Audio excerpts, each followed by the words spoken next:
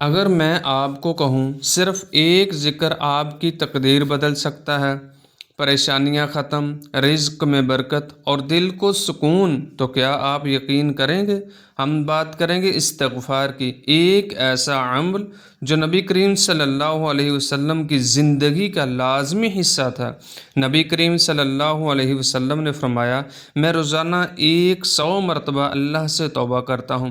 ایک اور روایت میں آتا ہے کہ آپ صلی اللہ علیہ وسلم 70 سے زیادہ مرتبہ استغفار کرتے تھے۔ استغفار صرف گناہوں کی معافی نہیں، یہ زندگی بدلنے کا ذریعہ ہے۔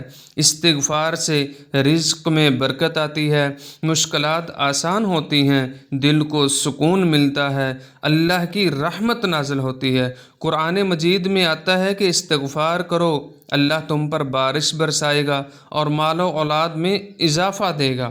آج سے یہ عمل شروع کریں، روزانہ کم از کم 100 بار استغفر اللہ ربی من کل ذنب واتوب الیہ، یہ دعا پڑھیں۔